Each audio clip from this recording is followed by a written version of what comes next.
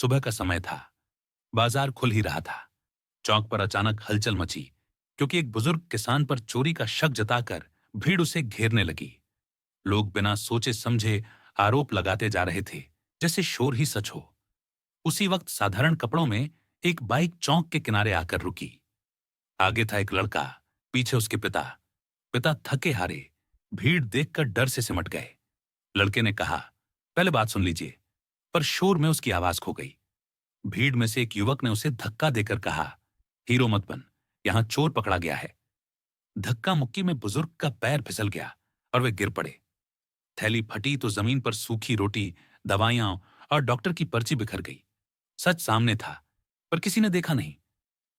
Bike सवार लड़का दरअसल जिले का नया प्रशासक अरविंद था। उसने जानबूझकर सरकारी गाड़ी छोड़ दी थी, ताकि पहचान के बिना सिस्टम और लोगों का असली व्यवहार देख सके। उसके पिता ने धीरे से कहा, छोड़ दे बेटा, भीड़ से बहस मत कर। अरविंद ने उन्हें सहारा दिया, बुजुर्ग को उठाया। नाम पूछा, हरिराम। हाथ कांप रहे थे।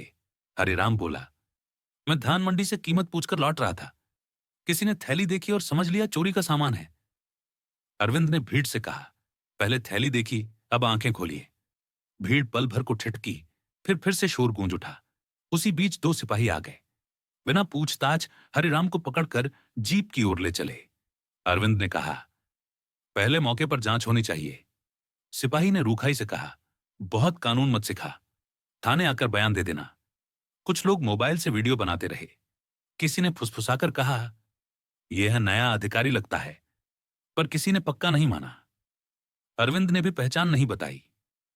थाने पहुंचे तो ड्यूटी अफसर ने कड़क आवाज में कहा, रात तक बैठना पड़ेगा।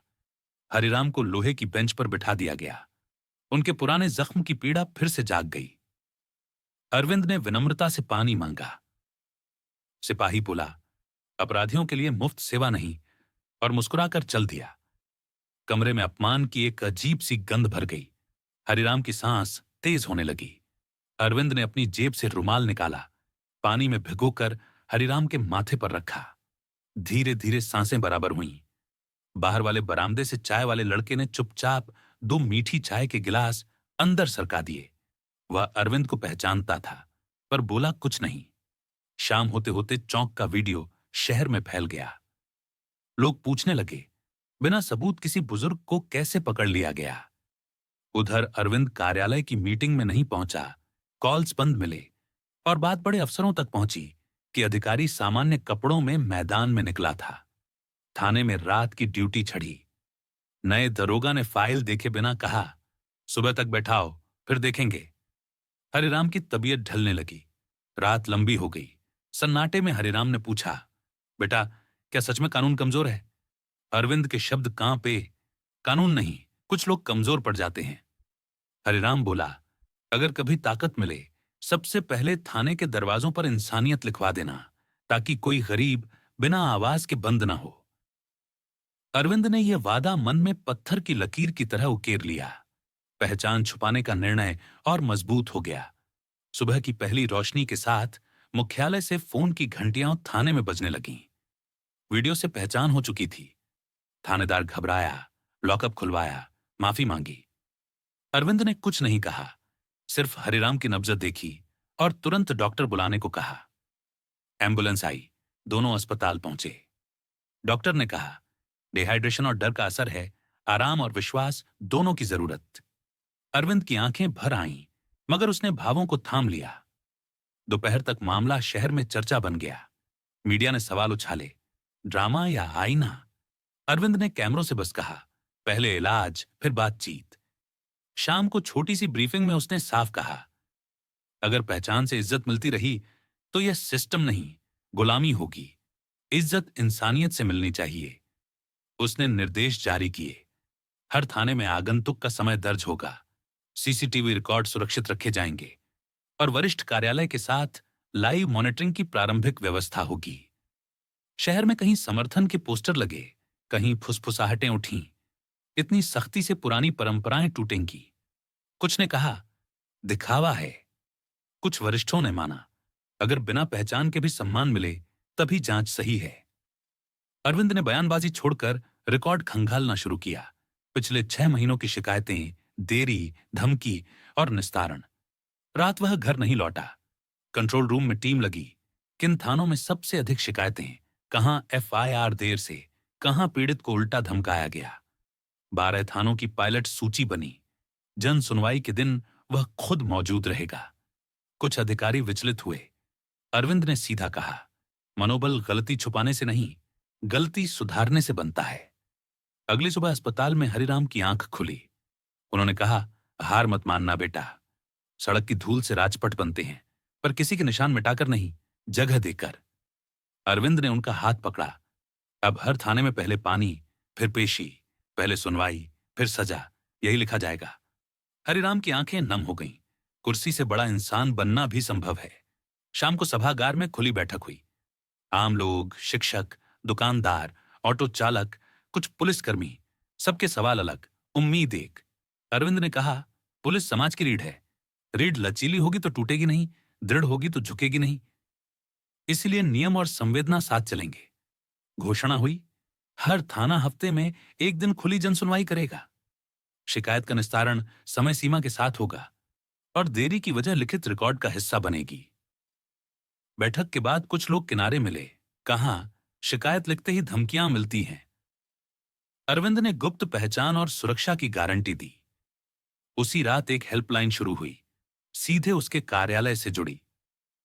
ऑडियो शिकायत, फोटो साक्ष्य, ट्रैकिंग नंबर, डर की जगह पारदर्शिता का सहारा। 2 हफ्तों में बदलाव दिखा। काउंटर पर आवाज का लहजा नरम, दीवारों पर नागरिक अधिकारों की सूची। उसी चौक पर पोस्टर लगा, पहले सुनो फिर बोलो। लोग वीडियो बनाने से पहले कहानी सुनने लगे। हरिराम की सेहत सुधरी। अस्पताल से निकलते समय उन्होंने कहा, यह लड़ाई सिर्फ मेरी नहीं, पूरे शहर की जीत है। सब ठीक होने लगा था कि एक पत्र आया। कुछ दफ्तरों से आपत्तियां, कुछ सिग्नेचर। लिखा था कि नियम कठोर हो गए हैं, निर्णय एक तरफा हैं। अरविंद ने पत्र गौर से पढ़ा।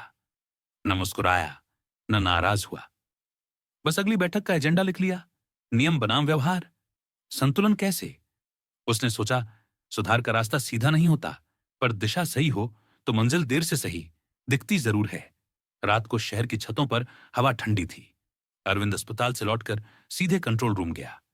स्क्रीन पर हर थाने की लाइव फीड, एक एक चेहरा, एक एक आवाज। तभी फोन बजा।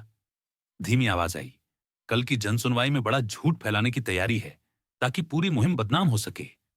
अरविंद ने स्क्रीन बंद नहीं की। एक वाक्य लिख दिया, कल गवाह इंसानियत होगी। उसकी आंखों में वही शांत दृढ़ता लौटी जो पहली सुबह सड़क पर थी। कहानी यहीं ठहरती है, जहां अगली सुबह सच और साजिश आमने सामने खड़े होंगे और फैसला कैमरों के सामने लोगों की आवाजों के बीच लिखा जाएगा। और जन सुनवाई का हॉल धीरे धीरे भरता जा रहा था। दरवाजे पर बोर्ड टंगा था, आवाज दर्ज होगी, जवाब मिलेगा। लोग क्रम से अंदर आ रहे थे, कोई फाइल लेकर, कोई सिर्फ यादों के सहारे और कोई डर को जेब में मोड़कर। अरविंद ने टाइमर चालू करवा दिया। हर केस का समय दर्ज होगा, ताकि देखेंगे जैसे शब्द हवा में न उड़े। पहला केस एक रिक्शा चालक का आया। उसकी गाड़ी बिना पर्ची रात भर थाने में खड़ी रही थी। वह कांपती आवाज में बोला, साहब, मैंने किसी का रास्ता नहीं रोका था, फिर भी। ड्यूटी अधिकारी खड़ा हो गया। उसने कहा, लहजा कड़ा था और कागजी गलती भी हुई। लिखित माफी दी गई, पर्ची तुरंत बनाई गई और देरी का कारण रजिस्टर में दर्ज हुआ। कमरे में कोई शोर नहीं था, पर सबने जैसे एक ही बात सुनी, माफी सिर्फ शब्द नहीं, जिम्मेदारी है। दूसरे केस में एक छात्रा थी। उसकी एफआईआर 3 दिन तक अटकी रही। कैमरा ऑन था। उसने साफ साफ बताया कि हर दिन उसे कल आओ कहा गया। अरविंद ने ड्यूटी अधिकारी से 3 सवाल पूछे, समय, वजह और साक्ष्य। वजह में इस स्टाफ की कमी लिखा था, पर सिस्टम में यह कारण अब पर्याप्त नहीं था। आदेश हुआ, महिला मामलों पर रात 8 के बाद 30 मिनट के भीतर प्राथमिक प्रतिक्रिया का लक्ष्य तय होगा और विलंब होने पर कारण सार्वजनिक रजिस्टर में दर्ज होकर साप्ताहिक समीक्षा में आएगा। छात्रा ने सिर हिलाया। उसकी आंखों में पहली बार भरोसा चमका। तभी हॉल के पीछे से कुछ लोग खड़े हो गए, हाथ में पोस्टर, होंठों पर आरोप। ये सब दिखावा है, कैमरा बंद होते ही सब पहले जैसा हो जाएगा। अरविंद ने सुरक्षा को इशारे से पीछे किया। उसने कहा, माइक इन्हें दीजिए, जो कहना है सामने कहें, और जिन थानों पर आरोप हैं उनकी लाइव फीड स्क्रीन पर लगाइए। 3 चेहरों की फीड खुली, रोजमर्रा की डेस्क, लॉगबुक में दर्ज समय और वह काली स्याही जो सच और झूठ के बीच की रेखा खींचती है। समय? अरविंद ने पूछा। वजह और साक्ष्य? कुछ आरोप मौसम की तरह थे, आते हैं पर टिकते नहीं। लोग बैठ गए। हॉल में हवा भारी नहीं, साफ लगने लगी। मध्यांतर के बाद खुले बस्ते की बारी आई। हर महीने 10 बंद फाइलें फिर से खोलना। पहली फाइल वही थी जिस पर पेंसिल से लिखा था। आवाज खो गई। फाइल के पन्नों में तारीखें थीं, मेडिकल पर्ची थी और एक पुराना आवेदन। गवाह अब शहर में नहीं था, पर दस्तावेज बोल रहे थे। अरविंद ने कहा, यह केस स्वतंत्र समीक्षक को जाएगा, फॉरेंसिक डॉक्यूमेंट ऑडिट होगा और 15 दिन में पहली स्थिति रिपोर्ट। पुराने अन्याय को फिर से सुना जाने का अर्थ था। यह शहर अब भूली आवाजों का कर्ज चुका रहा है। दोपहर के सत्र में एक पुलिसकर्मी खुद मंच के सामने आया। उसने कहा, मैंने उस दिन आवेदक से रूखाई से बात की। मेरा व्यवहार गलत था। कैमरे के सामने यह कहना आसान नहीं होता। अरविंद ने उसे तत्काल व्यवहार प्रशिक्षण बैच में नामांकित किया और लिखा, 2 हफ्ते बाद फॉलोअप। क्या बदला, कैसे बदला? पीड़ित ने धीमे से कहा, मुझे माफी मिल गई, पर मैं यह भी चाहता हूं कि यह किसी और के साथ ना हो। हॉल में कई आंखें भीग गईं। जब गलती स्वीकार होती है, न्याय अपने आप तेज चलने लगता है। शाम ढलने लगी। बाहर बरामदे में हवा ठंडी थी। जन सुनवाई खत्म होने पर अरविंद सीधे अस्पताल पहुंचा। हरिराम खिड़की के पास बैठे थे। सूरज का अंतिम टुकड़ा उनके चेहरे पर ठहर गया था। आज कैसी रही? उन्होंने पूछा। अरविंद मुस्कुराया। आज लोगों ने बोलना सीखा और हमने सुनना। दोनों तरफ से काम आगे बढ़ा। हरिराम ने कहा, सुनवाई लंबी हो पर निष्पक्ष हो, शब्द कम हो, निर्णय साफ हो। अरविंद ने सिर झुका दिया। यह वाक्य आज की सबसे बड़ी निर्देशिका था। अगले ही दिन पायलट जिलों में पहले पानी फिर पेशी, पहले सुनवाई फिर सजा को एसओपी की पहली लाइन बना दिया गया। दीवार पर लगा पोस्टर अब सिर्फ नारा नहीं रहा, वह प्रक्रिया की शुरुआत बन गया। हेल्पलाइन पर नए ग्रीन कतार प्रोटोकॉल लागू हुए। गवाहों के लिए अलग प्रवेश, बयान सीधे कैमरे पर और सुरक्षा दल का दरवाजे तक साथ। डर को सिक्योरिटी से नहीं, पारदर्शिता से घेरा गया। उसी सप्ताह 2 थानों में कैमरा फीड 1-1 घंटे ब्लाइंड पाई गई। फॉल्ट लॉग में लिखा था, इलेक्ट्रिकल समस्या। कंट्रोल रूम के स्नैपशॉट ने बताया, कैमरे जानबूझकर एक ही एंगल पर अटके थे। दंड की घोषणा आसान थी, पर संदेश सुधार का देना था। अस्थायी बदली हुई, अनिवार्य रीट्रेनिंग लगी और ब्लाइंड स्पॉट अलर्ट फीचर जोड़ा गया। अब कोई कैमरा 30 सेकंड से ज्यादा एक ही जगह रुकेगा तो कंट्रोल रूम में चेतावनी बजेगी। तकनीक को भी अब ईमानदारी की भाषा आ गई थी। शहर बदलने लगा। थानों के बाहर पानी के घड़े हमेशा भरे रहने लगे। काउंटर पर बैठा सिपाही पहले सुनता, फिर बोलता। उसी चौक पर जहां हरिराम पर शक हुआ था, एक दिन फिर भीड़ जुटी। किसी किशोर पर शंका थी। तभी 2 राहगीर बीच में आए। पहले बैग खोलो फिर बोलेंगे। बैग से किताबें निकलीं। भीड़ बिना शोर किए छूट गई। लगता था शहर ने संबोधन नहीं, संस्कार सीखा है। इन सबके बीच एक पतली सी चुभन भी बनी रही। कुछ दफ्तरों से आपत्तियां आती, कुछ नामों के साथ लिखा होता, नियम कठोर, निर्णय एक तरफा। अरविंद हर बार वही करता। फाइल खोलता, कारण पढ़ता और अगली बैठक का एजेंडा तय करता। नियम और व्यवहार के बीच संतुलन। कठोरता के बिना अनुशासन नहीं और करुणा के बिना कानून सिर्फ ध्वनि है।